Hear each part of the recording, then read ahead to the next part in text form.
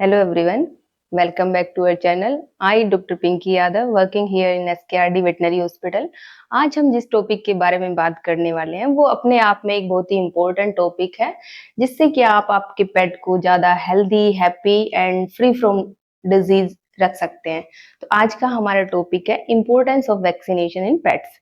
तो सबसे पहले अगर बात की जाए कि वैक्सीन होती क्या है, तो देखो वैक्सीन एक एंटीजन या फिर आप ये कहेंगे वीकेंड फॉर्म है ऑर्गेनिज्म की, जो कि बैक्टीरिया भी हो सकता है, वायरस, जो अगर आप आपके पेट में की बॉडी में इंट्रोड्यूस करते हैं तो उसकी बॉडी उसके अगेंस्ट एक इम्यूनिटी बिल्ड करती है।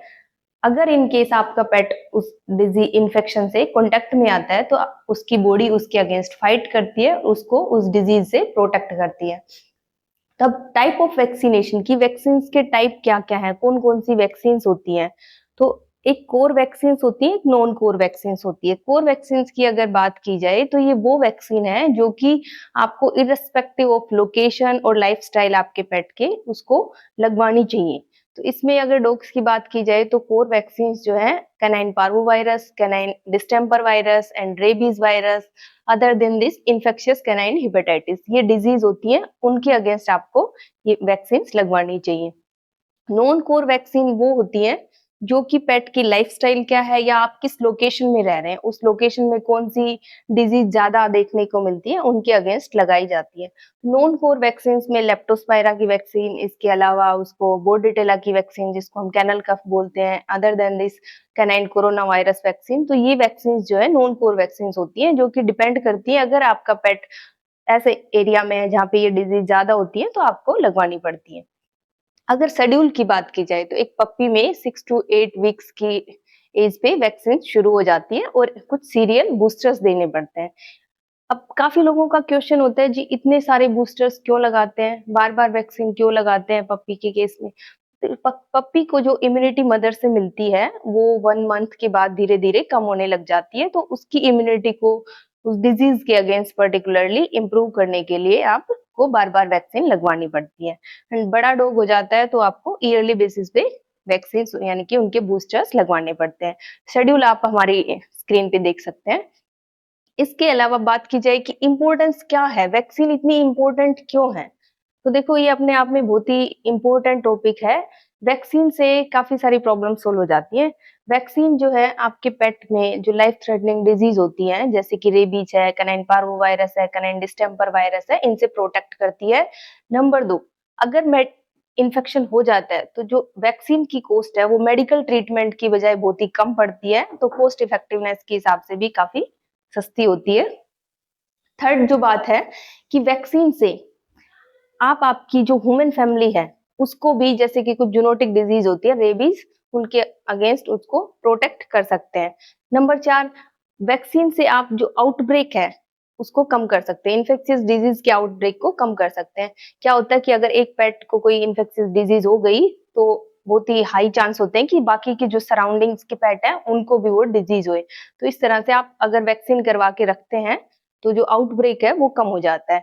नंबर 5, वैक्सीन ना होने की वजह से अगर पेट बीमार होता है तो बार-बार जो उसको काफ़ी फुल रहता है, बार-बार पेट वेट के यहाँ पे उसको जाना पड़ता है, तो जो स्ट्रेसफुल वेटरिनरियन विजिट्स हैं पेट के लिए वो भी काफ़ी हद तक कम की जा सकती है।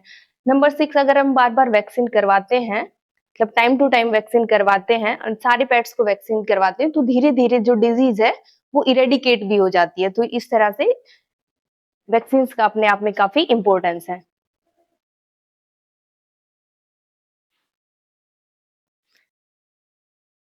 इसके अलावा अगर बात की जाए कि वैक्सीन्स के साइड इफेक्ट्स क्या हैं, तो देखो वैक्सीन्स के काफ़ी कुछ थोड़े बहुत साइड इफेक्ट भी होते हैं। कई बार क्या होता है कि जब फर्स्ट वैक्सीन लगती है स्पेशली तो थोड़ा-सा फीवरिश हो जाता है या फिर इंजेक्शन साइट पे कई बार थोड़ी-सी स्वेलिंग या सोरनेस आ जाती है। कई बार पेट वोमिट भी कर देता है या फिर 1-2 दिन उसका थोड़ा-सा फीड इनटेक है वो भी कम हो जाता है। तो अगर फायदे की बात की जाए तो वैक्सीन से होने वाले बेनिफिट्स ज्यादा हैं एंड साइड इफेक्ट्स बहुत कम है। प्लस जो ये साइड इफेक्ट है 1-2 दिन में सबसाइड कर जाते हैं। अगर कोई सीवियर उसको साइड इफेक्ट होता है, ब्रीदिंग में इश्यू आता है या फिर पूरी बॉडी स्वेल कर जाती है, फेस स्वेलिंग हो जाती है, तो उस केस में आप आपके वेट से तुरंत कंसल्ट करेंगे एंड उसका जो भी सॉल्यूशन रहेगा वो करवाएंगे। इसके अलावा कुछ लोगों को कुछ मिथ्स होती है वैक्सीन को लेकर, जैसे कुछ लोग कहते हैं कि मेरा पेट तो इंडोर रहता है, वो बाहर कभी जाता ही नहीं है, दूसरे डॉग से मिलता ही नहीं है, तो उसको वैक्सीन की रिक्वायरमेंट नहीं है। ये बिल्कुल गलत है। जैसे मैंने आपको पहले बताया कि कोर वैक्सीन जो है वो डिपेंड नहीं करती कि आपका पेट की लाइफस्टाइल क्या है, लोकेशन क्या है, उनके अगेंस्ट आपको वैक्सीन करवानी चाहिए। अदर देन दिस कुछ लोगों को रहता है कि जो वैक्सीन से बीमार हो जाता है पेट, ये भी बिल्कुल गलत है। वैक्सीन आपके पेट को डिजीज से प्रोटेक्ट करती है, ना कि इन्फेक्शन करती है उसको। इसके अलावा आप आपके पेट को किस तरह से प्रिपेयर करेंगे वैक्सीन के लिए? देखो, पेट अगर आपका हेल्दी है तो ही आप वैक्सीन करवाइए। अगर उसको कोई इन्फेक्शियस डिजीज़ है या फिर वो उसको अदर कोई इश्यूज़ है, लूज़ मोशन है, फीवर है, वोमिटिंग है, उस केस में आप वैक्सीन नहीं करवाएँगे, हेल्दी डॉग को ही वैक्सीन करवाएँगे। दूसरा, जो वैक्सीन के टाइम पे कुछ जैसे पेट के लिए स्ट्रेसफुल होता है, तो उसमें आप कुछ ट्रीट्स का यूज़ कर सकते हो। उसको बिफोर एंड आफ्टर वैक्सीन कुछ ट्रीट्स देके उसको डिस्ट्रैक्ट कर सकते हैं एंड उसके स्ट्रेस को कम किया जा सकता है। तो इन सब बातों का आप ध्यान रखेंगे तो मुझे लगता है आपका पेट जो है ज़्यादा happy, healthy and disease free रहेगा। I hope you like my video, and if you like, please share, subscribe